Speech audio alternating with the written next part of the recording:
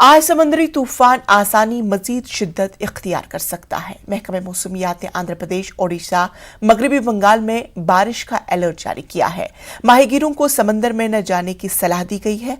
ओडिशा में रियासती हुकूमत ने रेस्क्यू ऑपरेशन के लिए मुनासिब इंतजाम किए गए हैं। NDRF और ODRF की टीमें किसी भी सूरत हाल से निपटने के लिए तैयार हैं।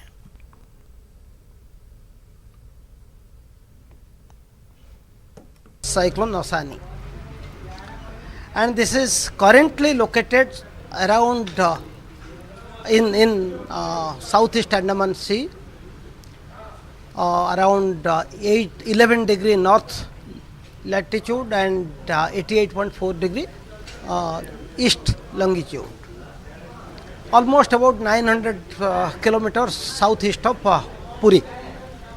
It is moving in a northwesterly direction, and it is expected to move in the same direction, that is northwesterly direction, till 10th afternoon, 10th evening. And in the afternoon to evening of 10th May, it is expected to recurve in a northeasterly direction.